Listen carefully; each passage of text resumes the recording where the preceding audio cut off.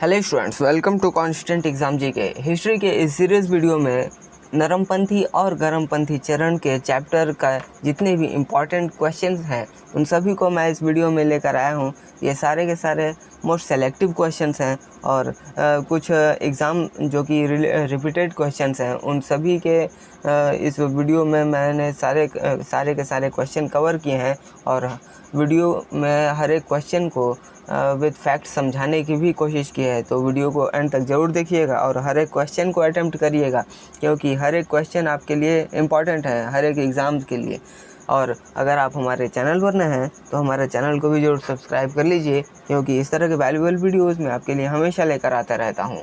तो चलिए बिना टाइम वेस्ट किए वीडियो करते हैं स्टार्ट। पहला क्वेश्चन है, भारतीय राष्ट्रीय आंदोलन के 1885 से 1905 की अवधि को कहा जाता है। आपके सामने चार ऑप्शन है। राइट आंसर ऑप्शन ए, उदारवादी चरण। जी हाँ, ये भारतीय राष्ट्रीय आंदोलन जो कि इस दौर में आमतौर पर उदारवादी चरण या मध्यम चरण के नाम से भी जाना जाता है। इस दौर में आंदोलन का नेतृत्व मुख्य रूप से उदारवादी नेताओं ने किया था और ये नेता उदारवादी नीतियों और अहिंसक विरोध प्रदर्शनों में विश्वास रखते थे। इस दौर में दादा भाई नौरोजी जैसे प्रभावशाली व्यक्तित्व भी उभरे थे। नेक्स्ट क्वेश्चन है, 1885 से 1905 के काल के भारतीय राष्ट्रीय आंदोलन में उदारवादी नेताओं का प्रभुत्व था। उनके आंदोलन का मुख्य ढंग क्या था?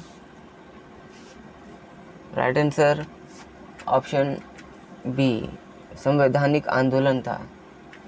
जी हाँ, शुरुआती वर्षों के दौरान कांग्रेस की नीतियों ने उदारवाद और उदारवादी राजनीति में दृढ़ता से विश्वास किया था। वे पढ़े लिखे खुले विचार वाले थे, लेकिन सतर्क थे और अंग्रेज़ों के गंभीर विरोध से भी बचते थे। इस कारण वे काफ़ी उदारवादी सुधार प्रस्ताव भी पारित करते थे। नेक्स्ट, भारतीय राष्ट्रीय कांग्रेस की पहली बैठक किस शहर में हुई थी? ऑप्शन बी, बम्बई में। Hume, A.O. ह्यूम, जो कि भारत में प्रमुख नेताओं के साथ संपर्क स्थापित किया था। ये ब्रिटिश के संगठन के ही एक मोहरे थे और 28 से लेकर 31 दिसंबर 1885 तक बम्बई के गोकुलदास तेजपाल संस्कृत महाविद्यालय में भारतीय राष्ट्रीय कांग्रेस का पहला अधिवेशन भी उन्होंने आयोजित किया था।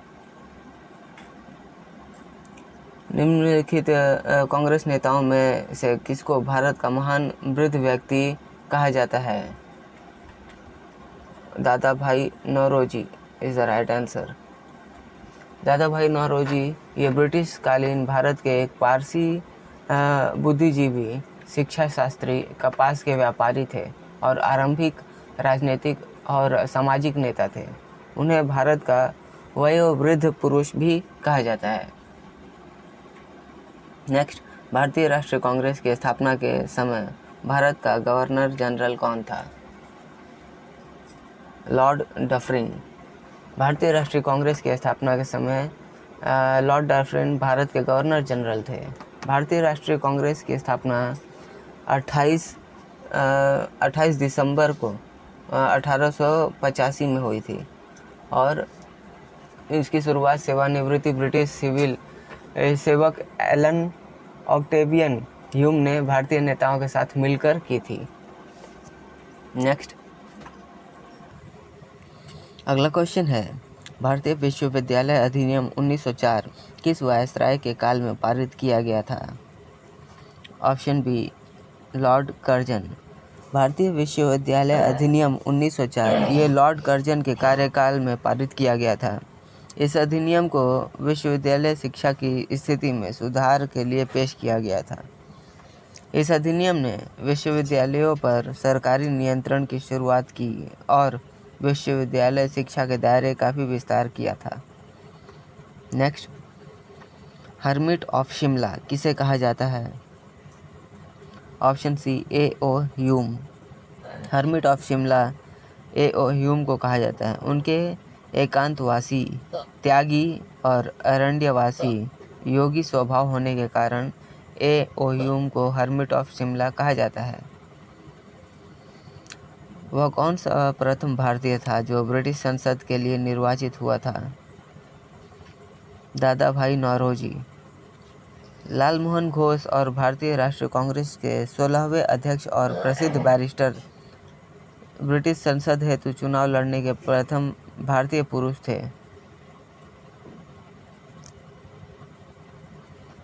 A nation in the making नामक पुस्तक किसने लिखी? सुरेंद्रनाथ बनर्जी ने। The state of the nation फली एस नरीमन द्वारा लिखित एक प्रसिद्ध पुस्तक है जिसमें राष्ट्र की वर्तमान स्थिति का संवैधानिक दृष्टिकोण से एक निश्चित और विश्लेषणात्मक विवरण दिया गया है। नरीमन भारत के सुप्रीम कोर्ट में एक प्रतिष्ठित भारतीय संवैधानिक विधिवेता और वरिष्ठ वकील थे।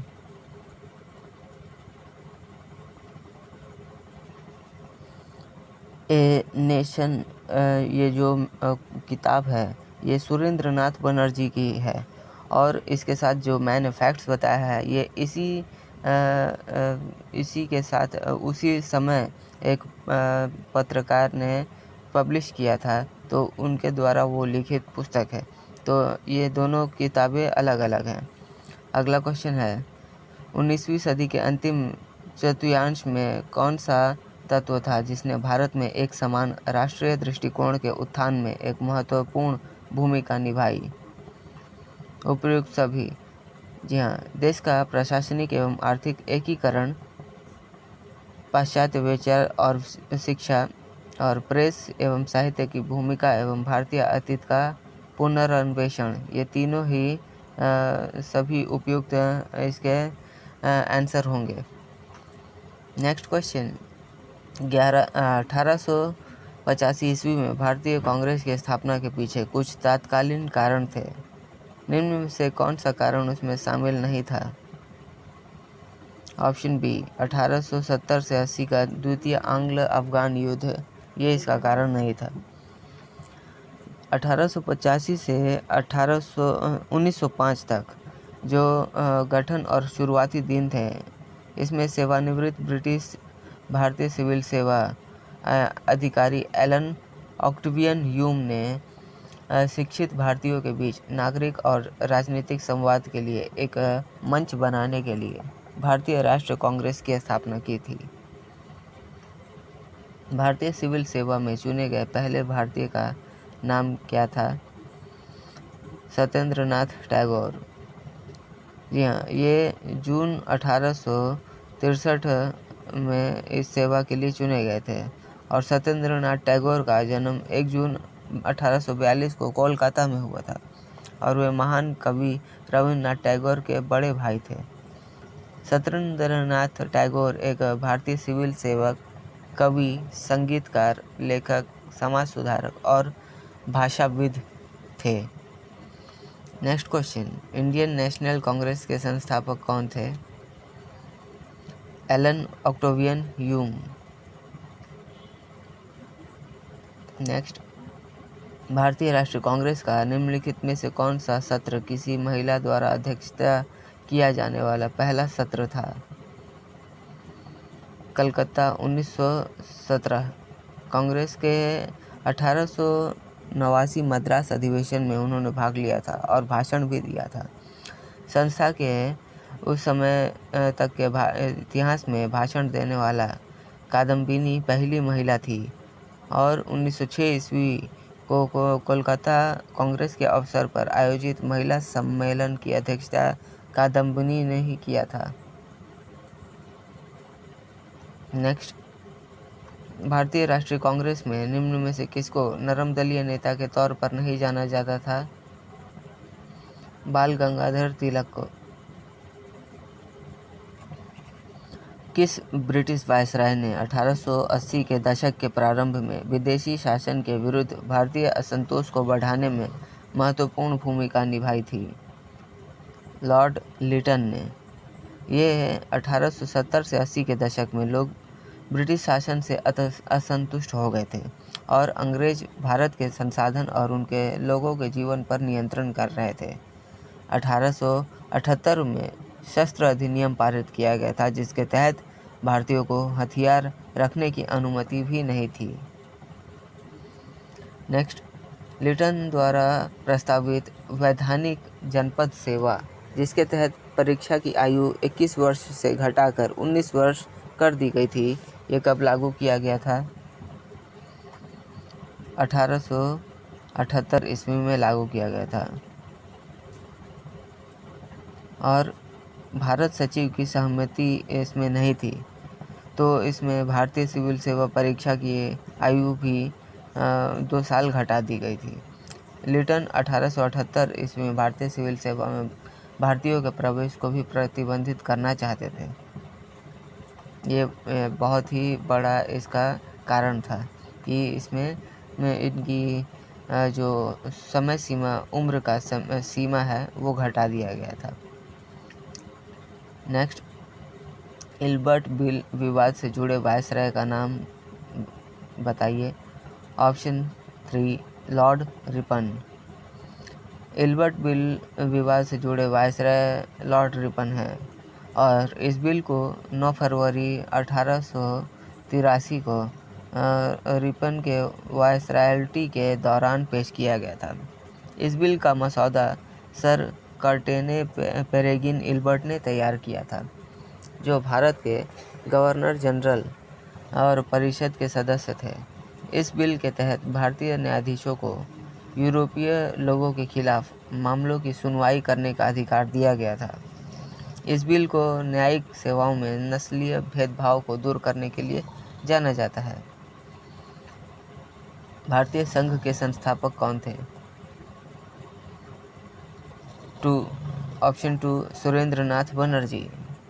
भारतीय संघ और इंडियन एसोसिएशन की स्थापना 1876 में सुरेंद्रनाथ बनर्जी और आनंद मोहन बोस ने की थी। यह भारत का पहला घोषित राष्ट्रवादी संगठन था। इसका मकसद था कि देश के लोगों की राजनीतिक, बौद्धिक और भौतिक उन्नति के हर संभव प्रयास किए जाएं, और यह स्थानीय स्वशासन का समर्थन करता था और भारतीय राष्ट्रीय कांग्रेस के लिए एक शुरुआती एजेंट के तौर पर काम करता था। इस संस्था ने देश के अलग अलग हिस्से के शिक्षित भारतीयों और नागरिक नेताओं को आकर्षित किया और भारत की आज़ादी के आकांक्षाओं के लिए एक अहम मंच भी प्रदान किया था। नेक्स्ट क्वेश्चन, भारतीय राष्ट्रीय कांग्रेस के 1905 के बनारस अधिवेशन के अध्यक्ष कौन थे? गोपाल कृष्ण गोखले थे। गोपाल कृष्ण गोखले की अध्यक्षता में आयोजित भारतीय राष्ट्रीय कांग्रेस का अधिवेशन स्वदेशी संकल्प को अपनाने के लिए जाना जाता है। इस अधिवेशन में लाला लाजपत राय, बाल गंगाधर तिलक और मदन मोहन मालवीय सहित भारतीय स्वतंत्रता आंदोलन के प्रमुख नेताओं ने भाग लिया था। निम्नलिखित में से कौन भारतीय राष्ट्रीय कांग्रेस की स्थापना अधिवेशन में उपस्थित नहीं थे? सुरेंद्रनाथ बनर्जी ये उपस्थित नहीं थे। भारतीय राष्ट्रीय कांग्रेस के पहले अध्यक्ष कौन थे? WC बनर्जी। जी हाँ, ये संस्थापक महासचिव जो कि A.O. ह्यूम थे इसके, और उन्होंने कलकत्ता के व्योमकेश चंद्र बनर्जी, इनका पूरा नाम है व्योमकेश चंद्र बनर्जी, WC बनर्जी का पूरा नाम है, और व्योमकेश चंद्र बनर्जी को अध्यक्ष नियुक्त किया गया था। अपने शुरुआती दिनों में कांग्रेस का दृष्टिकोण एक कुलीन वर्ग की संस्था था। इसके शुरुआती सदस्य मुख्य रूप से बॉम्बे और मद्रास प्रेसिडेंसी से लिए गए थे। भारत के पहले लोक संघ लैंड होल्डर्स सोसाइटी की स्थापना कब हुई थी? 1837 को, और बाद में इसका नाम बदलकर लैंड होल्डर्स सोसाइटी कर दिया गया था, जो कि पहला इसका नाम राजनीतिक संघ लैंड होल्डर्स सोसाइटी या जमींदारी एसोसिएशन था, और इसकी स्थापना कलकत्ता में जमींदारों के हितों की रक्षा के लिए की गई थी। इसके संस्थापक सदस्यों में द्वारकानाथ टैगोर, राजा राधाकांत देव, प्रसन्न कुमार टैगोर, राजकमल सेन और भवानी चरण मित्र शामिल थे। अगला क्वेश्चन है, लैंड होल्डर सोसाइटी की स्थापना किसके कल्याण के लिए की गई थी? जमींदारों के लिए। लैंड होल्डर सोसाइटी को जमींदारी एसोसिएशन के नाम से भी जाना जाता है, जिसे आधुनिक भारत का पहला राजनीतिक संघ माना जाता है। इसे औपचारिक रूप से मार्च 1838 में कलकत्ता में शुरू किया गया था और इसकी स्थापना जमींदारों के हितों की रक्षा के लिए किया गया था। दादा भाई नौरोजी ने 1866 ईस्वी में ईस्ट इंडिया एसोसिएशन की स्थापना कहाँ की? लंदन। वर्ष 1861 में दादा भाई नौरोजी ने लंदन जोरोस्ट्रियन एसोसिएशन की स्थापना की और वर्ष 1865 में उन्होंने लंदन इंडिया सोसाइटी की स्थापना करके इसके अध्यक्ष बने और 1907 तक इस पद पर रहे। उन्होंने 1 दिसंबर 1866 को द ईस्ट इंडिया एसोसिएशन, जो कि अब मुंबई के नाम से जाना जाता है, लंदन की स्थापना की और इसके सचिव भी बने थे। 1870 ईस्वी में पूना सार्वजनिक सभा की स्थापना किसने की? महादेव गोविंद रानाडे ने। पूना सार्वजन सभा की स्थापना एमजी रानाडे, जो कि इनका पूरा नाम महादेव गोविंद रानाडे है, 1870 में इसकी स्थापना की थी और लोगों की सरकार की आकांक्षाओं का प्रतिनिधित्व किया जा सके, इसके लिए इसकी स्थापना किया गया था। इसका निर्माण 1870 में एच.एस. चिपलूनकर, गणेश वासुदेव जोशी और महादेव गोविंद रानाडे ने साथ मिलकर की थी। भारतीय राष्ट्रीय कांग्रेस की स्थापना किस वर्ष की गई थी? 28 दिसंबर 1885 को। भारतीय राष्ट्रीय कांग्रेस, जो कि इसका मुख्यालय मुंबई में है, इसके एक भारत की एक प्रमुख राजनीतिक पार्टी है और पहले भी जो भारतीय स्वतंत्रता आंदोलन में अग्रणी थी और इसकी स्थापना 28 दिसंबर 1885 को 72 व्यक्तियों के साथ हुई थी। 72 व्यक्तियों ने साथ मिलकर इसकी स्थापना की थी और इसकी स्थापना में ए.ओ. ह्यूम, जो कि एक सेवानिवृत्त ब्रिटिश अधिकारी थे, उन्होंने भी साथ दिया था और दादा भाई नौरोजी और दीनशा वाचा ने एक अहम भूमिका निभाई थी। निम्न में से कौन नरमपंथियों में नहीं थे? बाल गंगाधर तिलक। 1907 में कांग्रेस उग्रवादी और उदारवादियों के समूहों में विभाजित की गई थी। उदारवादी विचार विमर्श के माध्यम से सरकारी मुद्दों को हल करना चाहते थे, जबकि उग्रवादी अपनी मांगों को मजबूर करने के लिए हड़ताल, आंदोलन और बहिष्कार से विश्वास रखते थे। भारतीय राष्ट्रीय कांग्रेस के संस्थापक थे एक, तो ऑप्शन ए असैनिक सेवक थे। जी हाँ, और इसी क्रम में एक और क्वेश्चन आता होगा आपके एग्ज़ाम में कि भारतीय राष्ट्रीय कांग्रेस के प्रथम अध्यक्ष और संस्थापक कौन थे? तो पार्टी का अध्यक्ष प्रभावी रूप से पार्टी का राष्ट्रीय नेता ही बनता था और पार्टी के संगठन का प्रमुख, कार्य समिति का प्रमुख और मुख्य प्रवक्ता सभी मुख्य कांग्रेस समितियों का अध्यक्ष ही होता था। दिसंबर 1885 में पार्टी की स्थापना के बाद व्योमेश चंद्र बनर्जी इसके पहले अध्यक्ष बने थे। अधिकतर नरमपंथी नेता थे शहरी क्षेत्र से थे। दादा भाई नौरोजी, उमेश चंद्र बनर्जी, फिरोज शाह मेहता आदि नेताओं के हृदय में ब्रिटिश शासन के प्रति कृतज्ञता की भावना थी। 1905 में बंगाल विभाजन किस वायसराय ने किया? Lord Curzon. साल 1905 में भारत के वायसराय लॉर्ड कर्जन ने बंगाल का विभाजन किया था।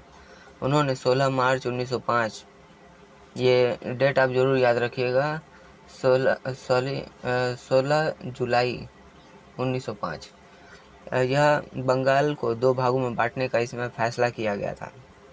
और वायसराय कौन था? Lord Curzon. और यह विभाजन 16 अक्टूबर 1905 में से लागू हो गया था और इस विभाजन को इतिहास में बंग भंग आंदोलन के नाम से भी जाना जाता है। निम्नलिखित में से किस एक ने सन 1875 में हाउस ऑफ कॉमन्स में एक याचिका प्रस्तुत करते हुए ब्रिटिश संसद में भारत के प्रत्यक्ष प्रतिनिधित्व की मांग की थी? दी दक्कन एसोसिएशन। बनर्जी और आनंद मोहन बोस के नेतृत्व में यह किया गया था। और पूना सार्वजनिक सभा 1875 जो कि हाउस ऑफ कॉमन्स में यह याचिका प्रस्तुत की थी, जिसमें ब्रिटिश संसद में भारत के प्रत्यक्ष प्रतिनिधित्व की मांग की गई थी। निम्नलिखित भारतीय नेताओं में से कौन एक ब्रिटिश द्वारा इंडियन सिविल सर्विस से बर्खास्त किया गया था? सुरेंद्रनाथ बनर्जी। 1874 में सुरेंद्रनाथ बनर्जी को एक छोटी सी और अनजाने में हुई भूल के कारण अपने गृहनगर सिलहट के पद से बर्खास्त कर दिया गया था। सर सुरेंद्रनाथ बनर्जी ब्रिटिश राज के दौरान सबसे पहले भारतीय राजनीतिक नेताओं में से एक थे। लैंड होल्डर सोसाइटी कलकत्ता के संस्थापक थे द्वारकानाथ टैगोर और अन्य जमींदारी सहयोगी। इसकी स्थापना साल 1838 में हुई थी और इसका पूरा नाम जमींदारी एसोसिएशन था, जो कि मैंने आपको पिछले क्वेश्चन में भी बता दिया है। यह भारत में स्थापित होने वाला पहला राजनीतिक संघ था। इसकी स्थापना जमींदारों के हितों की रक्षा के लिए की गई थी और यह उत्तर बंगाल, बिहार, उड़ीसा के जमींदारों की रक्षा के लिए बनाया गया था। भारतीय राष्ट्रीय कांग्रेस का प्रथम मुस्लिम प्रेसिडेंट था बदरुद्दीन तैयब जी। ये तैयब जी जो कि बॉम्बे उच्च न्यायालय के बैरिस्टर के रूप में अभ्यास करते थे और पहले भारतीय थे मुस्लिम, जो कि उन्हें मुस्लिम प्रेसिडेंट बनाया गया था। उन्होंने भारतीय राष्ट्रीय कांग्रेस के तीसरे अध्यक्ष के रूप में कार्य किया था और वह भारतीय राष्ट्रीय कांग्रेस के संस्थापक सदस्यों में से एक थे और पहले मुस्लिम अध्यक्ष थे। बहुत ही मोस्ट इम्पॉर्टेंट क्वेश्चन है आपके लिए। नेक्स्ट क्वेश्चन, निम्नलिखित में से किसने इंडियन नेशनल कांग्रेस के नरम दलीय राजनीति की व्यवस्थित आलोचना न्यू लैप्स ऑफ ओल्ड शीर्षक लेखों की श्रृंखलाओं में की थी? अरविंद घोष ने। राजा जनता के लिए बने हैं, जनता राजा के लिए नहीं बनी है। राष्ट्रीय आंदोलन के दौरान निम्नलिखित में से किसने यह वक्तव्य दिया था? ऑप्शन बी, दादा भाई नौरोजी ने। मद्रास महाजन सभा की स्थापना कब की गई थी? 1884 में। मद्रास महाजन सभा ये मद्रास प्रेसिडेंसी में ही स्थित था। एक भारतीय राष्ट्रवादी संगठन था जिसका गठन 1884 में हुआ था। पूना सार्वजनिक सभा, बॉम्बे प्रेसिडेंसी एसोसिएशन और इंडियन एसोसिएशन के साथ मद्रास महाजन सभा को भी भारतीय राष्ट्रीय कांग्रेस का पूर्ववर्ती माना जाता है। भारत में लॉर्ड कर्जन के प्रशासन की तुलना औरंगजेब से किसने की? गोपाल कृष्ण गोखले ने। लॉर्ड कर्जन जो कि उसके जीत की तुलना इस शासक से की गई थी। इसी क्रम में एक और क्वेश्चन आता है, तो लेखक लॉर्ड कर्जन के जीत की तुलना नादिर शाह से की है। नादिर शाह एक तानाशाही था और लॉर्ड कर्जन भी उसी तरह का एक तानाशाह था और बहुत ही क्रूर था। सुरेंद्रनाथ बनर्जी और आनंद मोहन बोस ने कांग्रेस के जन्म के पहले किस राष्ट्रवादी पार्टी की स्थापना की, जो कांग्रेस के पूर्ववर्ती संगठनों में सबसे अधिक महत्वपूर्ण थी? Indian association. जी हाँ, उन्होंने भारत सभा इंडियन नेशनल एसोसिएशन की स्थापना की थी, जो प्रारंभिक दौर के भारतीय राजनीतिक संगठनों में से एक था और बाद में वे भारतीय राष्ट्रीय कांग्रेस में सम्मिलित हो गए थे। इंडियन एसोसिएशन ने किस मुद्दे पर सर्वप्रथम आंदोलन शुरू किया? ऑप्शन ए, भारतीय प्रशासनिक सेवा के नियम में सुधार और परीक्षा में बैठने की अधिकतम उम्र बढ़ाने के लिए। भारतीय और यूरोपियों के बीच नस्लीय असमानता हो गई थी और इसे दूर करने और नमक कर को कम करने की मांग करते हुए कलकत्ता में सार्वजनिक बैठकें की गई थी। एसोसिएशन ने 1885 के बंगाल काश्तकारी अधिनियम का समर्थन किया तथा भारत में स्वशासन की मांग की थी। इंडियन एसोसिएशन द्वारा कलकत्ता में आयोजित अखिल भारतीय राष्ट्रीय सम्मेलन कब हुआ था?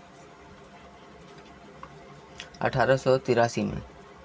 यह पहला भारतीय राष्ट्रीय सम्मेलन जो कि 1883 में कलकत्ता में आयोजित किया गया था। और अगर दूसरे राष्ट्रीय सम्मेलन की बात करें तो यह 1885 में, आप डेट याद रखिएगा, वर्ष याद रखिएगा, 1885 में कलकत्ता में ही आयोजित किया गया था। भारतीय राष्ट्रीय कांग्रेस के साथ इंडियन एसोसिएशन का विलय कब हुआ था? 1886 में। यह उस राष्ट्रीय कांग्रेस के साथ मेल खाता है जो पहली बार दिसंबर 1885 में बम्बई में बैठक कर रही थी। इंडियन एसोसिएशन ने अपनी एकजुटता वक्तव्य दिया और कांग्रेस के साथ अपना विलय तय किया। जब राष्ट्रीय कांग्रेस दिसंबर 1886 को कलकत्ता में अपना दूसरा वार्षिक सम्मेलन आयोजित कर रही थी।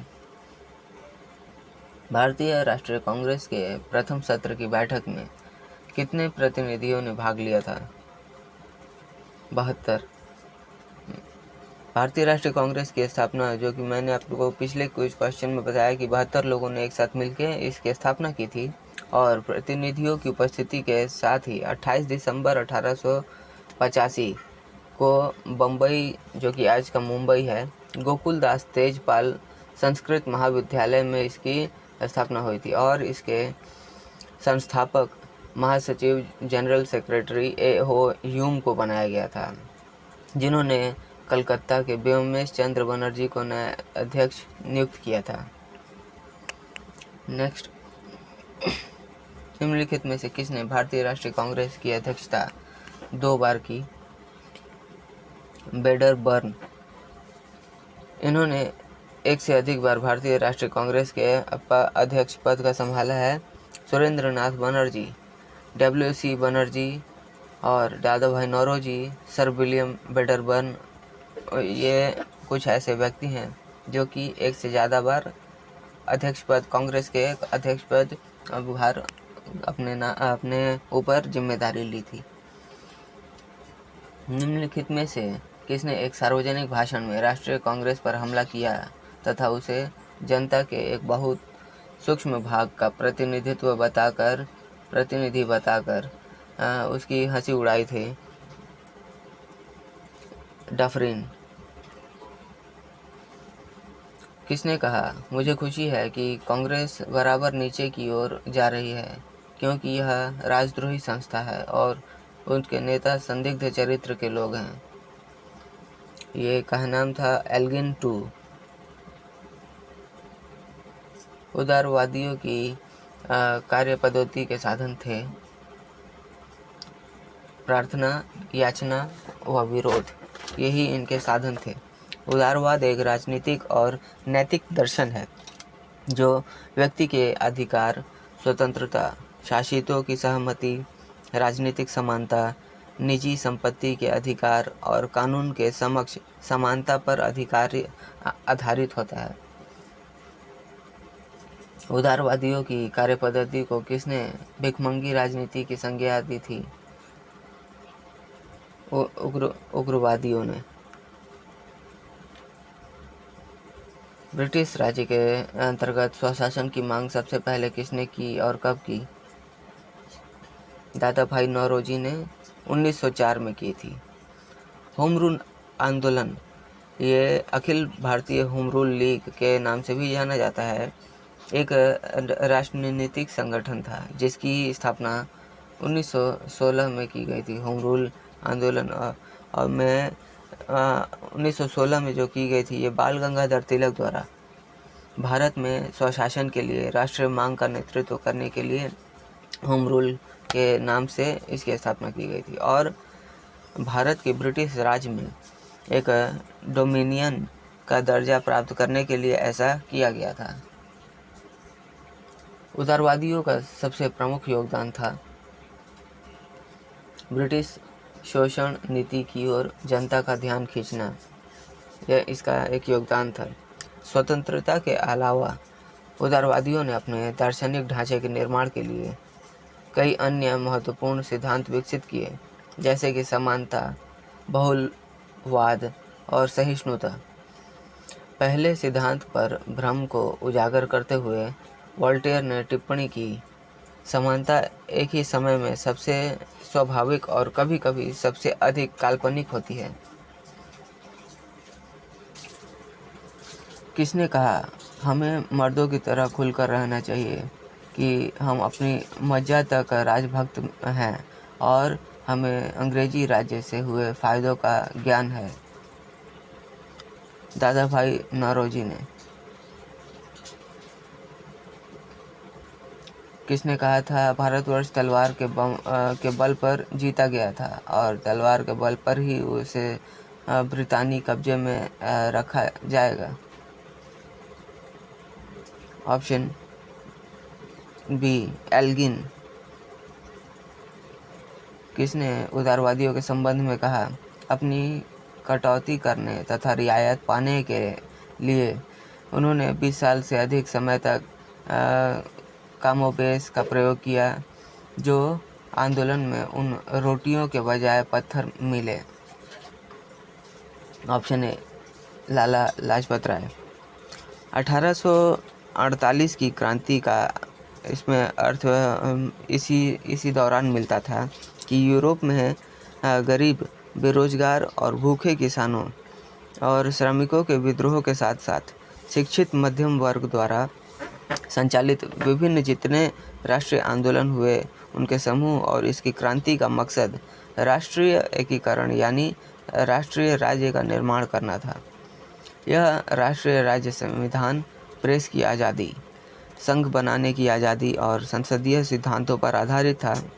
इस तरह उदारवादियों की 1848 की जो क्रांति का मतलब था, यह राष्ट्रवाद की जीत थी।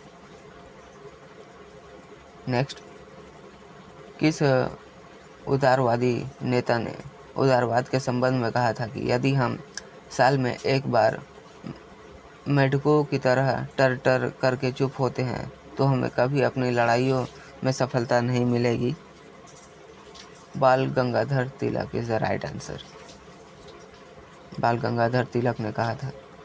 नेक्स्ट क्वेश्चन, 1897 में किसकी गिरफ्तारी के बाद राष्ट्रीय कांग्रेस में एक नया मोड़ आया? बाल गंगाधर तिलक। इसके बाद तिलक की गिरफ्तारी और उनके ऊपर मुकदमा चला था और मुकदमा 8 से 11 सितंबर और फिर 13 से 14 सितंबर 1897 को चला था। भारतीय राष्ट्रीय आंदोलन के 1905 से 1917 की अवधि को कहा जाता है उग्रवादी चरण कहा जाता है। भारतीय राष्ट्रीय आंदोलन 1905 से 20 के बीच के समय को उग्रवादी चरण के नाम से जाना जाता है। इस दौरान के उग्रवादियों का दृष्टिकोण उग्रवादियों के विपरीत था, लेकिन इसलिए उन्हें चरमपंथी या कट्टरपंथी राष्ट्रवादी कहा जाता था। लॉर्ड कर्जन के शासनकाल के सबसे महत्वपूर्ण कार्य जिसने उग्र राष्ट्रीयता को जन्म दिया था, क्या था? 1905 का बंगाल विभाजन था। लॉर्ड कर्जन के शासनकाल में सबसे विवादास्पद कार्यों में से एक बंगाल का विभाजन था। और बंगाल का विभाजन अगर क्वेश्चन पूछा जाए आपका एग्ज़ाम में, बंगाल का विभाजन किसके शासनकाल में ब्रिटिश के शासनकाल में किया गया था, तो Lord Curzon is the right answer. तो लॉर्ड कर्जन के शासनकाल में बंगाल का विभाजन हुआ था और यह 16 अक्टूबर 1905 को हुआ था। डेट भी आप जरूर याद रखिएगा, 16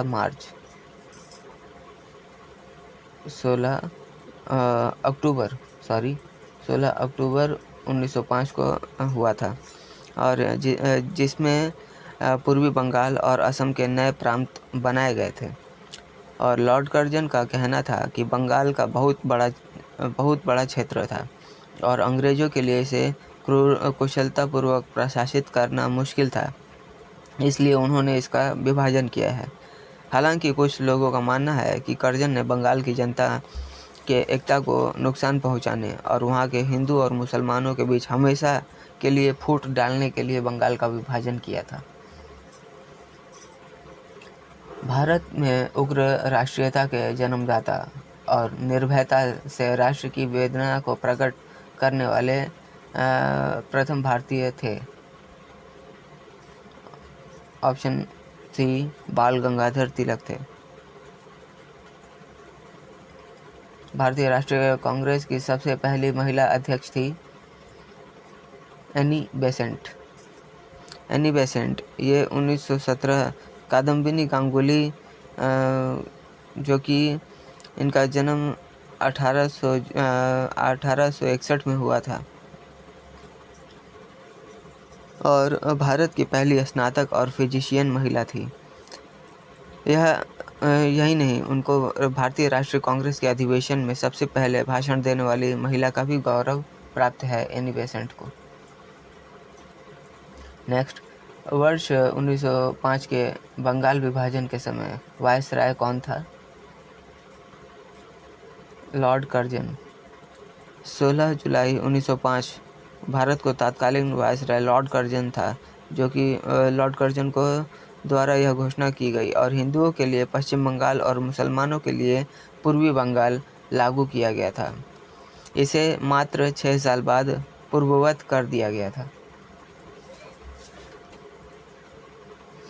गदर पार्टी के एक प्रमुख नेता थे हरदयाल। गदर पार्टी के संस्थापक अध्यक्ष सरदार मोहन सिंह भाकना थे और इसके अतिरिक्त केसर सिंह थथगढ़ उपाध्यक्ष थे, लाला हरदयाल महामंत्री थे और लाला ठाकुर दास धुरी संयुक्त सचिव थे और पंडित काशीराम मदरोली कोषाध्यक्ष थे। तो इन सभी के पद और उनके नाम भी मैंने इस वीडियो के साथ ही कवर कर दिए हैं, आप इनको भी जरूर याद रखिएगा। निम्नलिखित में से किसने गाड़ी पर यह मानकर बम फेंका था कि उसमें मुजफ्फरपुर के न्यायाधीश किंग्सफोर्ड बैठे थे? ऑप्शन सी खुदीराम बोस और प्रफुल्ल चाकी। जी हाँ, 1908 की बात है जब खुदीराम बोस और प्रफुल्ल चाकी ने मुजफ्फरपुर के मुख्य प्रेसिडेंसी मजिस्ट्रेट D.H. किंग्सफोर्ड की गाड़ी पर बम फेंका था और इन क्रांतिकारियों का मानना था कि किंग्सफोर्ड उस गाड़ी में बैठे हैं और किंग्सफोर्ड युवा राजनीतिक कार्यकर्ता को सजा देने के लिए जाने जाते थे और उनके कठोर फैसलों के वजह से उन पर काफ़ी गुस्सा भी था। हालांकि बम हमले में किंग्सफोर्ड बच गए, लेकिन 2 ब्रिटिश महिलाओं की मौत हो गई थी। स्वराज मेरा जन्मसिद्ध अधिकार है और उसे मैं लेकर रहूँगा, यह किसने कहा था? बी बाल गंगाधर तिलक ने। स्वराज मेरा जन्मसिद्ध अधिकार है और मैं इसे लेकर रहूँगा, ये बाल गंगाधर तिलक का नारा था। उन्होंने भारतीय अशांति का जनक भी कहा जाता है उन्हें, और उन्हें 6 वर्ष के लिए मैंडले निर्वासित कर दिया गया था। मराठा केसरी अखबार की शुरुआत बाल गंगाधर तिलक ने की थी। मार्ले मिंटो रिफॉर्म्स को किस वर्ष में प्रस्तुत किया गया था? 1909 में।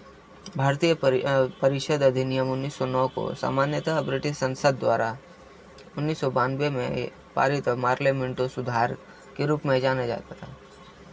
1909 में, जो कि यह पारित हुआ था मार्ले मिंटो, और इस अधिनियम को 25 मई 1909 को शाही स्वीकृति भी प्रदान की गई थी। भारतीय परिषद अधिनियम 1909 का सर्वग्राह्य नाम है संसद अधिनियम। भारतीय परिषद अधिनियम को आमतौर पर मार्ले मिंटो सुधार के नाम से जाना जाता है। यह ब्रिटिश संसद का एक अधिनियम था जिसे वायसराय लॉर्ड मिंटो और भारत के राज्य सचिव जॉन मोरले के नाम से तैयार किया गया था। इस अधिनियम का मकसद ब्रिटिश भारत के शासन में भारतीयों की समिति भागीदारी को बढ़ावा देना था। सांप्रदायिक निर्वाचन क्षेत्र की पद्धति को शुरुआत भारत में किसके द्वारा हुई? 1909 का मार्ले मिंटो अधिनियम। इसे उदारवादियों का सांत्वना देने के लिए स्थापित किया गया था और धर्म के आधार पर अलग अलग निर्वाचकों का प्रारंभ किया गया था। इसलिए लॉर्ड मिंटो को भारत में सांप्रदायिक निर्वाचन का जनक कहा जाने लगा था। भारत में गर्म दलीय आंदोलन का पिता किसे कहा जाता है? बाल गंगाधर तिलक को। निम्नलिखित में से कौन पहले क्रांतिकारी थे जो बाद में एक योगी और दार्शनिक बन गए? अरविंद घोष। स्वतंत्रता आंदोलन के दौरान अरविंदो घोष एक क्रांतिकारी थे जो बाद में एक योगी और दार्शनिक बन गए थे। उनका जन्म 15 अगस्त 1872 को कलकत्ता में हुआ था। युवावस्था में उन्होंने स्वतंत्रता संग्राम में हिस्सा लिया था। बाद में उन्होंने पांडिचेरी में एक आश्रम बनाया और वेद, उपनिषद और योग साधना पर कई ग्रंथ भी लिखे थे। उनके दर्शन शास्त्र पर दुनिया भर में प्रभाव रहा था और उनकी साधना पद्धति के कई अनुयायी भी बने थे।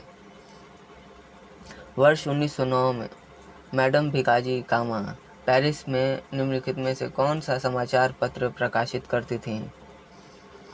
पैट्रियट। वंदे मातरम पेरिस से सितंबर 1909 में पेरिस इंडियन सोसाइटी द्वारा शुरू की गई थी और यह एक भारतीय राष्ट्रवादी प्रकाशन था। मैडम भिकाजी कामा द्वारा स्थापित इस अखबार का उद्देश्य तलवार के बाद प्रकाशन के साथ भारत में राष्ट्रवादी अशांति को भड़काना और ब्रिटिश भारतीय सेना के सिपाहियों की वफादारी को प्रभावित करना था। भारतीय क्रांति की जननी किसे कहा गया? मैडम भिकाजी रुस्तम कामा। इनका पूरा नाम मैडम भिकाजी कामा का पूरा नाम मैडम भिकाजी रुस्तम कामा था। मैडम भिकाजी कामा ये भारतीय क्रांति की जननी इन्हें कहा जाता है। वह भारतीय स्वतंत्रता आंदोलन की प्रमुख हस्तियों में से एक थी। 22 अगस्त 1907 को उन्होंने भारत का पहला राष्ट्रीय ध्वज फहराया था। उस समय भारत को आज़ादी मिलने में 40 साल बाकी थे। मैडम भिकाजी कामा भारतीय मूल की एक फ्रांसीसी नागरिक थी। वह अपने देश से दूर रहकर भी भारत की आज़ादी के लिए लड़ने वाले क्रांतिकारियों में से एक थी। वह विदेश रहकर भी भारत के क्रांतिकारियों की मदद करती थी। मुस्लिम लीग की स्थापना 1906 ईस्वी में हुई थी। उस समय उनके उद्देश्यों में कौन सी बात शामिल नहीं थी? उपयुक्त सभी, यानी राष्ट्रीय सिद्धांत, भारत में सांप्रदायिक विभाजन और पाकिस्तान की मांग। उस समय इनके उद्देश्य नहीं थे, लेकिन समय के साथ बदलाव आया और उन्होंने पाकिस्तान को भी मांग की और इस तरह के जो उनके उद्देश्य हैं उनके उद्देश्यों की लिस्ट में ये शामिल हो गए। 30 दिसंबर 1906 को ढाका के नवाब आगा खान और नवाब ख्वाजा सलीमुल्लाह के नेतृत्व में भारतीय मुसलमानों के अधिकारों की रक्षा के लिए मुस्लिम लीग का गठन किया गया था और प्रारंभ में इसे अंग्रेज़ों का बहुत समर्थन मिला था। लेकिन जब मुस्लिम लीग ने स्वशासन की नीति को अपनाने की बात कही तो उन्हें अंग्रेज़ों का समर्थन प्राप्त नहीं हुआ था। 1916 ईस्वी में मद्रास में होम रूल मूवमेंट के प्रवर्तक कौन थे? Annie Besant. सितंबर 1916 में एनी बेसेंट ने मद्रास में होम रूल लीग की शुरुआत की थी। उनका मकसद भारत में स्वशासन हासिल करना था। इस लीग के अध्यक्ष एनी बेसेंट और सचिव अरुंडेल थे। एनी बेसेंट ने पूरे भारत में 200 से ज़्यादा शाखाएं खोली थी। बाल गंगाधर तिलक द्वारा शुरू की गई साप्ताहिक पत्रिका कौन सी थी? केसरी। यहाँ इस सभा की अध्यक्षता अरविंद घोष ने की थी। लोकमान्य तिलक ने इंग्लिश में मराठा और मराठी केसरी नाम से 2 दैनिक समाचार पत्र भी शुरू किए थे, जो जनता में बहुत लोकप्रिय हुए थे। लोकमान्य बाल गंगाधर तिलक ने अंग्रेजी शासन की क्रूरता और भारतीय संस्कृति के प्रति हीन भावना को बहुत ही आलोचना की थी। शेर पंजाब, पंजाब केसरी किसका उपनाम है? सी. लाला लाजपत राय। भारतीय राजनेता और क्रांतिकारी लाला लाजपत राय को शेर पंजाब के नाम से या पंजाब केसरी के नाम से, इन दोनों नामों से जाना जाता था। उन्होंने आज़ादी की लड़ाई में अहम भूमिका निभाई थी और स्वतंत्रता आंदोलन के प्रति उनका समर्पण काफ़ी मशहूर था। लाला लाजपत राय लाल बाल पाल तिगड़ी का एक हिस्सा थे। लाल बाल पाल का चर्चा यहाँ पे आया है तो मैं बता दूं, लाल यानी लाला लाजपत राय, बाल यानी बाल गंगाधर तिलक और पाल विपिन चंद्र पॉल, ये 3 लोगों को तिगड़ी कहा जाता था लाल बाल पाल के नाम से। और उनके शांतिपूर्ण प्रदर्शन पर अमेरिका के जलियांवाला बाग में हुए जो नरसंहार के खिलाफ एक लाठीचार्ज करवाने की वजह से उनकी मौत हो गई थी और इस घटना ने भगत सिंह को क्रांतिकारी बना दिया था। भारतीय इतिहास में 1912 का ऐतिहासिक महत्व क्या था? राजधानी का कोलकाता से दिल्ली स्थानांतरण। 20 अप्रैल को बारानगर कोलकाता, पश्चिम बंगाल में बारानगर रामकृष्ण मिशन आश्रम हाई स्कूल, एक वरिष्ठ माध्यमिक लड़कों का स्कूल स्थापित किया गया था। 18 से 21 दिसंबर को कलकत्ता में भारत राष्ट्रीय मिशनरी सम्मेलन आयोजित किया गया। इसके प्रमुख निष्कर्षों में से एक ने भारत में अच्छे ईसाई साहित्य की आवश्यकता की मान्यता भी दी थी। अनुशीलन समिति संबंध है वीडी सावरकर से संबंध है। अनुशीलन समिति ये 20वीं शताब्दी की पहली तिमाही में एक ऐसी भारतीय समिति थी जिसने भारत की ब्रिटिश शासन को समाप्त करने के साधन के रूप में क्रांतिकारी हिस्सा का समर्थन किया था। अनुशीलन समिति की स्थापना 24 मार्च 1902 को हुई थी। कलकत्ता के बैरिस्टर प्रमथनाथ मित्रा के द्वारा की गई थी। किस गवर्नर जनरल ने 1911 में भारत की राजधानी कोलकाता से दिल्ली स्थानांतरित करने की घोषणा की? ऑप्शन सी, लॉर्ड होर्डिंग्स ने। अल हिलाल समाचार पत्र किसके द्वारा राष्ट्रीयता के प्रचार के लिए शुरू किया गया था? अबुल कलाम आज़ाद के द्वारा। भारतीय मुस्लिम स्वतंत्रता सेनानी और देश के पहले शिक्षा मंत्री मौलाना अबुल कलाम आज़ाद थे। साल 1912 में कलकत्ता से उर्दू भाषा का साप्ताहिक अखबार अल हिलाल की शुरुआत उन्होंने की थी और यह पहला सचित्र राजनीतिक साप्ताहिक पत्र था। इस अखबार के जरिए आज़ाद ने ब्रिटिश सरकार की नीतियों की आलोचना की और भारतीय मुसलमानों को आज़ादी की लड़ाई में शामिल होने के लिए प्रोत्साहित किया था। इस अखबार में हिंदू मुस्लिम एकता और क्रांतिकारी विचारों के लिए भी लेख लिखे जाते थे। 1907 के कांग्रेस के सूरत अधिवेशन की अध्यक्षता किसने की? डॉक्टर रास बिहारी घोष। 1907 के अधिवेशन की अध्यक्षता रास बिहारी घोष ने की थी। 1907 के कांग्रेस के सूरत विभाजन का कारण भी पार्टी में 2 विचारधाराओं को जन्म लेना था, जिसकी शुरुआत 1905 के बनारस अधिवेशन से हो गई थी। जब गोपाल कृष्ण गोखले की अध्यक्षता में अधिवेशन शुरू हुआ तो बाल गंगाधर तिलक ने उदारवादियों की याचिका एवं याचना की नीति का कड़ा विरोध भी किया था। अनुशीलन समिति थी एक क्रांतिकारी संगठन था। अनुशीलन समिति भारत के स्वतंत्रता संग्राम के समय बंगाल में बनी एक गुप्त क्रांतिकारी सशस्त्र संस्था थी। इसका उद्देश्य ब्रिटिश शासन के खिलाफ सशस्त्र प्रतिरोध की वकालत करना, भारत की आज़ादी के लिए लड़ना, राष्ट्रवादी आदर्शों को बढ़ावा देना और शारीरिक प्रशिक्षण देना और औपनिवेशिक शासन को उखाड़ फेंकना था। किसने कहा था कांग्रेस आंदोलन न तो लोगों द्वारा प्रेरित था, न ही उनके द्वारा सोचा या योजनाबद्ध किया गया था। यह लाला लाजपत राय के द्वारा कहा गया था। निष्क्रिय विरोध के सिद्धांत का प्रतिपादन किसने किया? अरविंद घोष ने। अरविंद घोष ने निष्क्रिय प्रतिरोध यानी पैसिव रेजिस्टेंस का सिद्धांत दिया था। अरविंद घोष को भारतीय उग्रवाद का जनक माना जाता है। उन्होंने अपनी किताब न्यू लैम्प्स फॉर ओल्ड में इस सिद्धांत को बताया है और इस सिद्धांत के मुताबिक सरकार की जांच के लिए कुछ करना चाहिए। निष्क्रिय प्रतिरोध सरकार की गतिविधियों के खिलाफ विरोध प्रदर्शित करने के लिए एक तकनीक है। इसमें सरकार के साथ सहयोग न करके उसका विरोध किया जाता है। लंदन में 13 मार्च को सर माइकल ओडायर को गोली मारा गया। किसके द्वारा? ऑप्शन डी, उधम सिंह के द्वारा गोली मारा गया था। भारतीय राष्ट्रीय कांग्रेस का प्रथम विभाजन कब हुआ था? सी, 1907 में इसका प्रथम विभाजन हुआ था।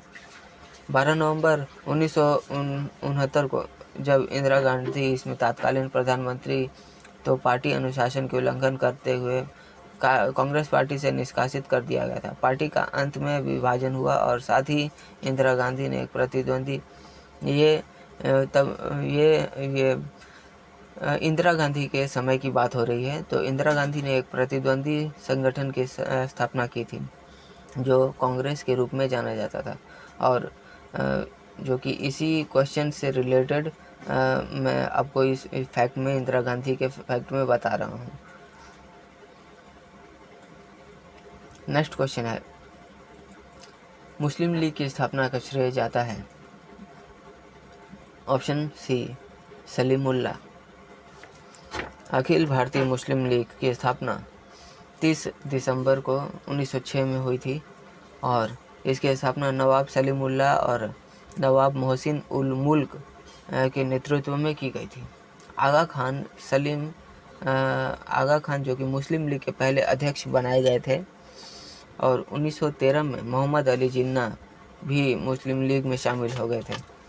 मुस्लिम लीग के अन्य संस्थापकों में ख्वाजा सलीमुल्लाह, विकास उल मुल्क, सैयद अमीर अली, सैयद नबीउल्लाह खान बहादुर गुलाम और मुस्तफ़ा चौधरी भी इसमें शामिल थे। महाराष्ट्र में गणपति उत्सव आरंभ करने का श्रेय किसको प्राप्त है? बाल गंगाधर तिलक को। ऐसा कहा जाता है कि गणेश उत्सव की शुरुआत 1893 में हुई थी। 1893 में लोकमान्य बाल गंगाधर तिलक ने महाराष्ट्र में इसकी शुरुआत की थी और उस वक्त देश में आज़ादी से लड़ाई चल रही थी। ऐसे में तिलक ने गणेश उत्सव के नाम पर लोगों को एकता और राष्ट्रभक्ति की भावना जागृत करने के मकसद से गणेश उत्सव आज मनाते हैं। बिहार में किस आंदोलन के समय मुठिया प्रथा चालू की गई थी? असहयोग आंदोलन। बिहार के मुंगेर में असहयोग आंदोलन का नेता अगर पूछे आपसे क्वेश्चन तो सही उत्तर होगा स्वामी विद्यानंद। और दिसंबर 1920 में नागपुर अधिवेशन में कांग्रेस पार्टी द्वारा आधिकारिक रूप से तय किए जाने से पहले बिहार में असहयोग आंदोलन शुरू करने का दबाव बहुत अधिक बढ़ गया था। बंगाल 1905 में विभाजित हुआ, जिसके विरोध के फलस्वरूप यह पुनः एकीकृत हुआ 1911 में हुआ था। 1905 में बंगाल को 2 हिस्सों में बांटा गया था और जिसके विरोध में देश भर में बंग भंग आंदोलन शुरू हो गया था और इस आंदोलन के चलते 1911 में 2 तरफ की जनता के दबाव की वजह से साल 1911 में बंगाल के पूर्वी और पश्चिमी हिस्से को दोबारा एक कर दिया गया था। निम्नलिखित में से एक ने युद्ध के समय भारत की रक्षा के कानून के प्रावधानों को, जिसे 1915 में पंजाब के गदर के विरुद्ध इस्तेमाल किया गया था, शांति के समय जारी रखना चाहता था? ऑप्शन सी लॉर्ड हॉर्डिंग। 1906 में मिंटो से शिमला में मिले मुसलमानों के शिष्टमंडल ने प्रार्थना की मुसलमानों के पृथक निर्वाचन वर्ग के लिए। बंगाल का विभाजन हुआ, मैंने आपको पिछले क्वेश्चन में ही बता दिया। राइट आंसर 15 अक्टूबर 1905। बंगाल का विभाजन का निर्णय 19 से 20 जुलाई 1905 को लिया गया था और तत्कालीन वायसराय लॉर्ड कर्जन था। इस मुस्लिम बहुल प्रांत का सृजन करने का उद्देश्य से ही भारत के बंगाल को 2 भागों में बांट दिया जाने का एक निर्णय लिया गया था। बंगाल विभाजन 16 अक्टूबर 1905 से प्रभावित हुआ था। बंगाल विभाजन के विरुद्ध विद्रोह का नेतृत्व किसने किया था? सुरेंद्र नाथ बनर्जी ने। इस विभाजन का मकसद प्रशासनिक बोझ को कम करना और पूर्वी बंगाल की उपेक्षा को दूर करना था। हालांकि कई लोगों को लगा कि ब्रिटिश सरकार ने बंगाल की राष्ट्रवादी चेतना को नष्ट करने के लिए यह कदम उठाया। इस विभाजन के बाद 18 अक्टूबर 1905 को स्वदेशी आंदोलन शुरू हुआ था, जिसका नेतृत्व सुरेंद्र नाथ बनर्जी और कृष्ण कुमार मित्र ने किया था। विपिन चंद्र पाल ने भी बंगाल के विभाजन के खिलाफ स्वदेशी आंदोलन शुरू किया था।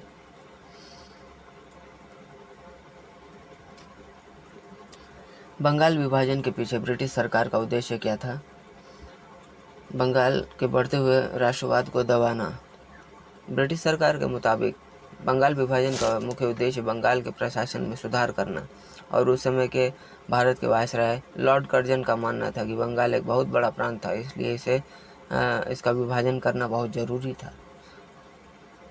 कांग्रेस लीग समझौता, जो कि लखनऊ समझौता के नाम से जाना जाता है, 1916 का दूरगामी परिणाम क्या हुआ? भारत का विभाजन तथा पाकिस्तान का निर्माण हो गया। 1907 में हुए कांग्रेस के उदारवादी और उग्रवादी नेताओं के बीच संघर्ष एवं मतभेद का क्या कारण था? राष्ट्रीय कांग्रेस के अध्यक्ष पद का चुनाव। 1907 के कांग्रेस के सूरत का विभाजन कारण पार्टी में 2 विचारधाराओं का जन्म लेना था, जिसकी शुरुआत 1905 के बनारस अधिवेशन में हो गई थी। जब गोपाल कृष्ण गोखले की अध्यक्षता में अधिवेशन हुआ तो बाल गंगाधर तिलक ने उदारवादियों की याचिका एवं याचना की नीति का कड़ा विरोध किया था। निम्नलिखित में से कौन सा नेता कांग्रेस के गर्म दल से संबंधित था? अरविंद घोष। गर्म दल उग्रवादी के प्रमुख नेताओं की बात करें तो भारतीय राष्ट्रीय कांग्रेस की स्थापना जब 1885 में हुई थी और 1907 में यह 2 धड़ों में विभाजित हो गया था, गर्म दल और नरम दल। गर्म दल जिसका नेतृत्व बाल गंगाधर तिलक कर रहे थे और नरम दल जिसका नेतृत्व गोपाल कृष्ण गोखले कर रहे थे। ब्रिटिश शासन के प्रति उनके रवैये के कारण उन्हें यह नाम दिया गया था। निम्नलिखित में से किस नेता ने 1906 में कलकत्ता कांग्रेस अधिवेशन की अध्यक्षता की थी? दादा भाई नौरोजी। दिसंबर 1906 में अध्यक्ष पद को लेकर कलकत्ता अधिवेशन में एक बार फिर मतभेद उभर कर सामने आया था।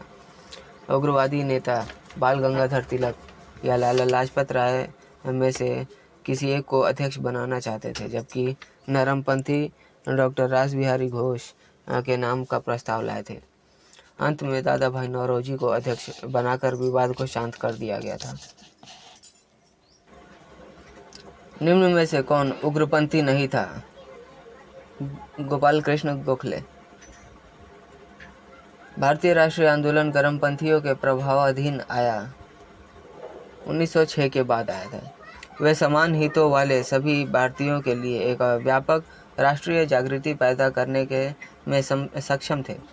उन्होंने लोगों को राजनीतिक कार्यों में प्रशिक्षित किया और आधुनिक विचारों को लोकप्रिय बनाया। उन्होंने औपनिवेशिक शासन के मूल रूप से शोषक चरित्र को उजागर किया। इस प्रकार इसकी नैतिक नींव को भी कमजोर किया गया। 1908 में बाल गंगाधर तिलक को जेल हुई। ऑप्शन बी 6 वर्ष की। 6 वर्ष के लिए उन्हें जेल भेजा गया था और बर्मा के मांडले जेल में भेजा गया था, जो कि आज का म्यांमार है।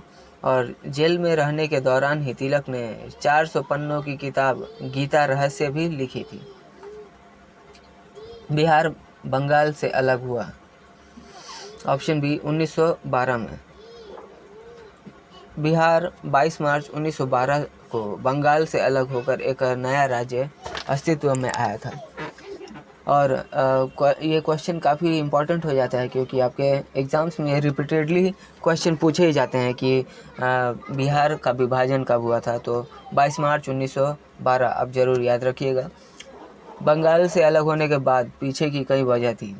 बंगाल से उपेक्षा और लंबे समय तक चला आंदोलन। इस आंदोलन का नेतृत्व अंग्रेजी पढ़े लिखे बिहारियों ने किया था। प्रमुख नेताओं में सच्चिदानंद सिन्हा, मुकेश नारायण, सैयद हसन इमाम, मजहर उल हक, दीप नारायण सिंह, राजेंद्र प्रसाद और श्री कृष्ण सिंह जैसे लोग शामिल थे। होम रूल आंदोलन भारत के स्वतंत्रता संग्राम के नए चरण के आरंभ का द्योतक था, क्योंकि इसने देश के सामने स्वशासन की एक ठोस योजना रखी थी। गदर पार्टी की स्थापना हुई वर्ष ऑप्शन बी 1913 में हुई थी, और इसके अध्यक्ष सरदार सोहन सिंह भाखना को बनाया गया था। इसके अतिरिक्त केशर सिंह थतगढ़ को उपाध्यक्ष बनाया गया था। लाला हरदयाल को महामंत्री, लाला ठाकुरदास धूरी को संयुक्त सचिव और पंडित काशीराम मद्रोली को कोषाध्यक्ष, जो कि मैंने आपको पिछले कुछ क्वेश्चन में भी बता दिया था। किसने ऑल इंडिया मुस्लिम लीग की स्थापना की थी? नवाब सलीमुल्लाह खां। ऑल इंडिया मुस्लिम लीग की स्थापना 30 दिसंबर 1906 को की गई थी, और एक सम्मेलन में इसे ढाका के नवाब सलीमुल्लाह खां के नियंत्रण में किया गया था। इस लीग का संविधान 1906 में कराची पाकिस्तान बनाया गया था। इसका पहला अधिवेशन 1908 में अमृतसर पंजाब में हुआ था। ऑल इंडिया मुस्लिम लीग के पहले सत्र की अध्यक्षता आगा खान ने की थी। निम्नलिखित में किसका योगदान होम रूल लीग की स्थापना में नहीं था? टी.एस. अलकॉट। जी हाँ, होम रूल की स्थापना के इसके योगदान स्थापना में किसने योगदान नहीं दिया था, ये भी इसमें शामिल है। तो मौलाना आज़ाद इसमें शामिल नहीं थे। और अगर होम रूल आंदोलन की बात करें, 1916 में बाल गंगाधर तिलक और एनी बेसेंट ने अलग अलग होम रूल आंदोलन शुरू किया था। हाँ, तिलक ने अप्रैल 1916 में बेलगाम में आयोजित बॉम्बे प्रांतीय सम्मेलन में होम रूल लीग की स्थापना की थी। निम्नलिखित में से किसे भारतीय अशांति के जनक के रूप में जाना जाता है? बाल गंगाधर तिलक को।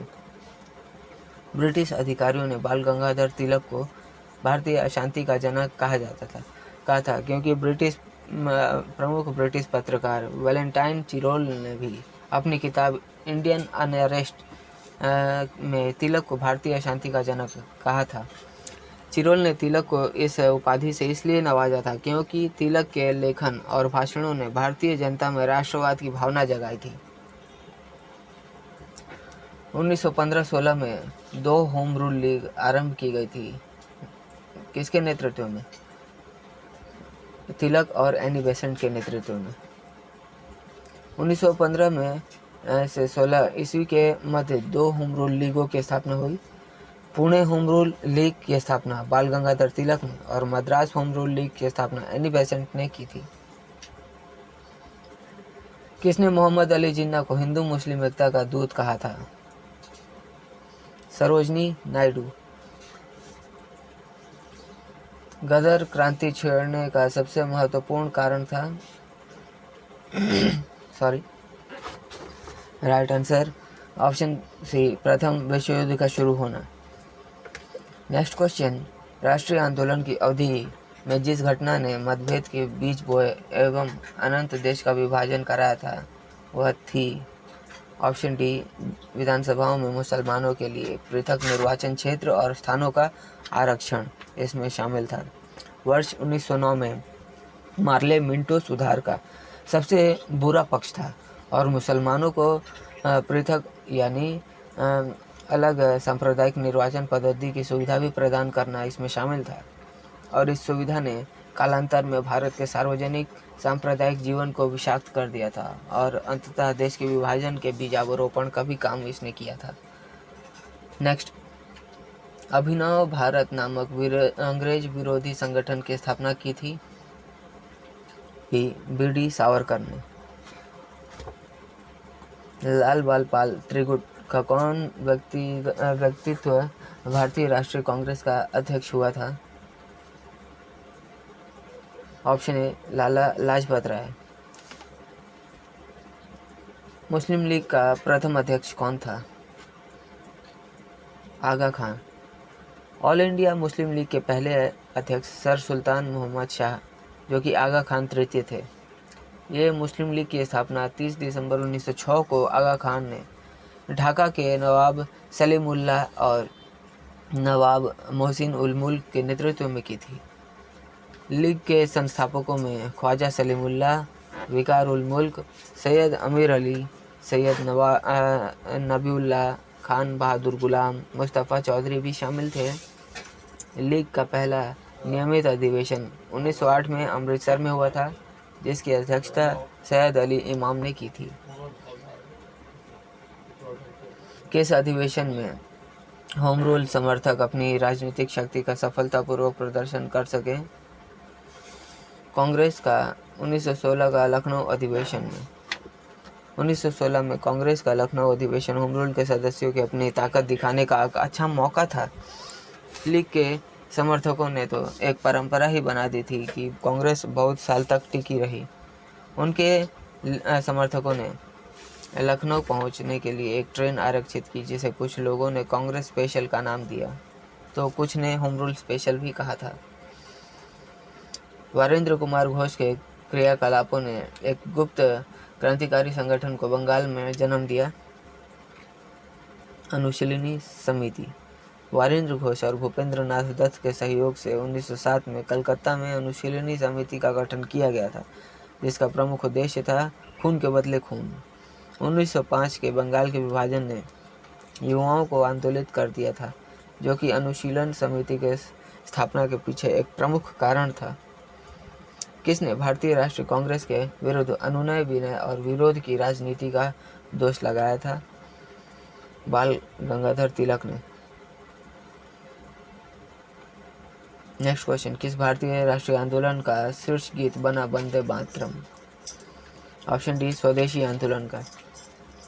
वंदे मातरम गीत ये भारत के स्वदेशी आंदोलन के दौरान लोगों का लोकप्रिय गीत बना था। इस आंदोलन का शुरुआत साल 1905 में हुई था, जब भारत के वायसराय लॉर्ड कर्जन ने बंगाल का विभाजन किया था। यह आंदोलन 1911 तक चला था और इसका सबसे ज़्यादा असर बंगाल में ही पड़ा था। इस आंदोलन के दौरान वंदे मातरम को राष्ट्रवादी प्रार्थना गीत माना गया था और विभाजन विरोधी बैठकों में इसे गाया जाता था। दिसंबर 1905 में कांग्रेस कार्यकारिणी की बैठक में इसे राष्ट्रगीत का दर्जा दिया गया था। बहुत ही इंपॉर्टेंट क्वेश्चन है ये। नेक्स्ट क्वेश्चन, गीता रहस्य नामक ग्रंथ किसके द्वारा लिखा गया था? मैंने आपको पिछले क्वेश्चन में भी बता दिया, बाल Gangadhar Tilak is the right answer. ये उन्होंने जेल में लिखा था, जब उन्हें 6 वर्ष की जेल हुई थी और यह साल 1915 में प्रकाशित हुई थी। तिलक ने यह किताब बर्मा के मांडले जेल में लिखा था और किताब में उन्होंने श्रीमद् भागवत गीता के कर्म योग का व्याख्या किया था। नेक्स्ट क्वेश्चन, कांग्रेस की प्रार्थना और याचिका की नीति अंततोगत्वा समाप्त हो गई? ऑप्शन बी बाल गंगाधर तिलक के नेतृत्व में समाप्त हो गई। सन 1907 में भारतीय राष्ट्रीय कांग्रेस का अधिवेशन शुरू हुआ था, जिसमें कांग्रेस गरम दल और नरम दल नामक 2 दलों में बट गई थी। इसी को सूरत अधिवेशन कहते हैं। सूरत की फूट के बाद कांग्रेस किसके हाथ आ गई थी? नरम दल वालों के हाथ आ गई थी। राजनीतिक स्वतंत्रता राष्ट्र की वायु प्राण वायु है, यह किसका कथन है? ऑप्शन बी अरविंद घोष का कथन है। राजनीतिक स्वतंत्रता किसी भी राष्ट्र की प्राणवायु है। और अरविंदो घोष एक भारतीय राष्ट्रवादी दार्शनिक, योगी और कवि थे। ब्रिटिश शासन से आज़ादी के लिए आंदोलन में शामिल थे और कुछ समय के लिए उन्हें प्रभावशाली नेताओं में से एक कहा जाता था। उन्होंने कहा था कि राजनीतिक आज़ादी के बिना सामाजिक, शैक्षिक, आर्थिक और नस्ल के नैतिक विकास का कोशिश करना बेकार है और मूर्खतापूर्ण है। राजनीतिक आज़ादी के बिना स्वतंत्र और स्वास्थ्य राष्ट्रीय सोच और कार्यवाही करना संभव है। राष्ट्रीय शोक दिवस कब मनाया गया था? बंगाल विभाजन लागू होने के दिन ही मनाया गया था। श्रीमती एनी बेसेंट कांग्रेस के अध्यक्ष कब निर्वाचित हुई थी? कलकत्ता अधिवेशन 1917 में। किसने कहा था कि तिलक भारतीय अशांति का जनक है? वी चिरोल ने कहा था। ऑप्शन ए। लॉर्ड हार्डिंग ने बंगाल विभाजन के किस वर्ष रद्द किया? Option C 1911। Lord Hardinge Bengal विभाजन कब रद्द किया था? तो लॉर्ड हार्डिंग ने 1911 में बंगाल विभाजन को रद्द कर दिया था और 1911 में ब्रिटिश भारत की राजधानी कलकत्ता से दिल्ली स्थानांतरित कर दी गई थी। अलीपुर बम कांड में अरविंद घोष का बचाव किस वकील ने किया था? CR दास ने। सरकारी गवाह को गोली मारकर उन्होंने अरविंद घोष को बचाया, वह कौन थे? तो मुकदमे से पहले उन्हें अलीपुर प्रेसिडेंसी जेल में रखा गया था, जहां सरकारी गवाह नरेंद्र नाथ गोस्वामी की जेल परिसर के भीतर दो साथी आरोपी कन्हैयालाल दत्ता और सत्येंद्र नाथ बोस ने गोली मारकर हत्या कर दी गई थी। वर्ष 1916 में मुस्लिम लीग और कांग्रेस के बीच किनके समझौता कराया था? ऑप्शन सी एनी बेसेंट ने। Option C is the right answer. निम्नलिखित में से किस एक ने 1916 में लखनऊ में आयोजित भारतीय राष्ट्रीय कांग्रेस के अधिवेशन में अध्यक्षता की थी? अंबिका चरण मजूमदार ने। निम्नलिखित में से वह कौन था जो काकोरी षड्यंत्र कांड में फांसी की सजा से बच गया था? चंद्रशेखर आज़ाद। काकोरी षड्यंत्र यानी काकोरी ट्रेन डकैती मामले में शामिल राम प्रसाद बिस्मिल, अशफाक उल्ला खां और ठाकुर रोशन सिंह, राजेंद्र लाहिड़ी को फांसी की सजा सुनाई गई थी और 17 से 19 दिसंबर 1927 के बीच उन्हें फांसी दी गई थी। इस मामले में शामिल चंद्रशेखर आज़ाद पुलिस की गिरफ्त से दूर हो गए थे और कुछ लोगों को 14 साल तक की सजा दी गई थी और सरकारी गवाह बनने पर 2 लोगों को रिहा कर दिया गया था। निम्नलिखित में से किसने स्वदेशी आंदोलन का नेतृत्व दिल्ली में किया था? ऑप्शन सी सैयद हैदर रजा। दिल्ली शहर में इसका नेतृत्व सैयद हैदर राजा के नेतृत्व में किया गया था। इसके जवाब में पश्चिमी भारत में लोकमान्य तिलक ने स्वदेशी सिद्धांत का प्रसार और जनता के बीच बहिष्कार आंदोलन के लिए शिवाजी और गणपति उत्सवों की व्यवस्था की थी और स्वदेशी आंदोलन सूरत विभाजन के कारण सप्ताहांत कर दिया गया था। स्वदेशी आंदोलन 1905 से 8 का प्रारंभ का तत्कालीन कारण क्या था? Right answer option 1 Lord Curzon द्वारा किया गया बंगाल विभाजन। प्रथम महायुद्ध के दौरान कहां पर भारत की एक अंतरिम सरकार बनी थी जिसके प्रेसिडेंट राजा महेंद्र प्रताप थे? Right answer option A Afghanistan में। राजा महेंद्र प्रताप एक भारतीय स्वतंत्रता सेनानी, पत्रकार, लेखक, क्रांतिकारी, भारत की अंतिम सरकार के अध्यक्ष थे जिसने 1915 में काबुल से प्रथम विश्व युद्ध के दौरान निर्वासित भारतीय सरकार के रूप में कार्य किया और ब्रिटिश भारत के समाज सुधारक थे। निम्नलिखित में से किस संगठन के कारण भारतीय राष्ट्रीय कांग्रेस का विभाजन हुआ, जिसके कारण नरम दल और गरम दल का उद्भव हुआ? स्वदेशी आंदोलन। Option A is the right answer. 1905 में क्रांतिकारी संगठन अभिनव भारत संगठित किया गया था महाराष्ट्र में। अभिनव भारत सोसाइटी की स्थापना 1904 में विनायक दामोदर सावरकर और उनके भाई गणेश और नारायण दामोदर सावरकर ने की थी। यह एक गुप्त संगठन था जिसका शुरुआत नासिक में मित्र मेला के रूप में हुआ था और उस समय विनायक सावरकर पुणे के फर्गुसन कॉलेज में पढ़ाई कर रहे थे। बाद में इसका नाम बदलकर स्वतंत्र वीर विनायक सावरकर कर दिया गया था और इस सोसाइटी की कई शाखाएं भारत और लंदन के अलग अलग हिस्सों में खोली गई थी। इसमें कई 100 क्रांतिकारी और राजनीतिक कार्यकर्ता भी शामिल हुए थे। निम्नलिखित में से किस कारागार में पंडित राम प्रसाद बिस्मिल को फांसी दी गई थी? Option C Gorakhpur. बिस्मिल की फांसी की सज़ा कब और कहाँ दी गई थी? तो 18 दिसंबर को 1927 को उनके माता पिता के अंतिम मुलाकात के बाद अगले सोमवार 19 दिसंबर 1927 को ही कर दिया गया था और ये प्रातःकाल 6:30 पर गोरखपुर जिला जेल में उन्हें फांसी दी गई थी। तो स्टूडेंट्स, ये थे जितने भी इम्पोर्टेंट क्वेश्चंस थे उन सभी को मैंने इस सीरीज़ वीडियो जो कि हिस्ट्री की चल रही है इसमें नरम दल और गरम दल के चैप्टर से जितने भी इम्पोर्टेंट और सिलेक्टिव क्वेश्चंस थे और आपके जो एग्ज़ाम में रिपीटेड क्वेश्चंस थे उन सभी क्वेश्चन को एक साथ कंबाइंड करके इस वीडियो में मैंने आपको दे दिया है। तो वीडियो को आपने एंड तक ज़रूर देखा होगा, आशा करता हूँ। और आपने कितने भी क्वेश्चन सही किए आप हमें कमेंट करके भी बताइएगा। और वीडियो पसंद आई है तो वीडियो को अधिक से अधिक उन लोगों को जरूर शेयर करिएगा जो कॉम्पिटिटिव एग्ज़ाम्स की तैयारी कर रहे हैं, ताकि उन्हें भी इन सारे क्वेश्चंस का हेल्प मिले। और वीडियो पसंद आई है तो एक लाइक ज़रूर करिएगा। और अगर आप हमारे चैनल पर नए हैं तो हमारे चैनल को ज़रूर सब्सक्राइब कर लीजिए, क्योंकि इस तरह के वैल्यूएबल वीडियोज़ मैं आपके लिए हमेशा लेकर आता रहता हूँ जो आपके एग्ज़ाम पॉइंट ऑफ व्यू से काफ़ी इंपॉर्टेंट होते हैं। और अगर आप हमारे पिछले वीडियोज़ को भी देखना चाहते हैं तो हमारे चैनल पर आप चेकआउट कर सकते हैं, जहां मैंने डिफरेंट टॉपिक्स के ऊपर प्लेलिस्ट बना रखी है।